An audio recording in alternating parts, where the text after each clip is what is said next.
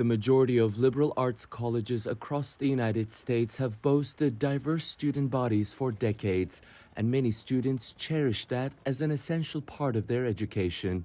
But I think also for a lot of students who are coming to college from pretty homogenous places, college is the first place you're really being forced to interact with new ideas and learn from new people.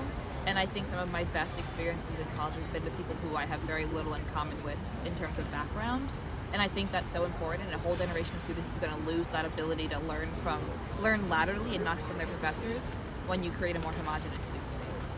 But in a landmark decision last year, the U.S. Supreme Court banned affirmative action in college and university admissions. And many institutions already show certain shifts in the number of people of color in their newly admitted student bodies. While many scientists point out that data points from a single year does not necessarily indicate a pattern, many are worried that this could be the beginning of a trend for college campuses becoming less diverse. While several prestigious universities have recorded steep declines in new students of color, some institutions have maintained their numbers, at least for the time being. I think they will be able to maintain a similar level of admissions for their minority populations. I believe other universities will struggle to maintain their minority populations at numbers that they previously had.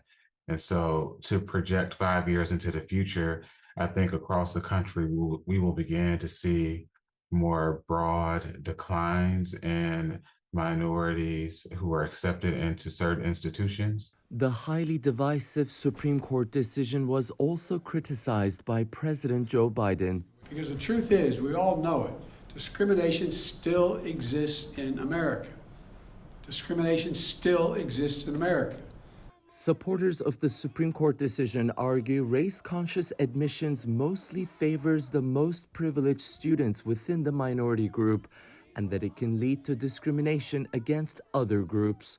But the Supreme Court fell short of tackling legacy admissions, which continue to give preferential treatment to the children of wealthy donors and former alumni.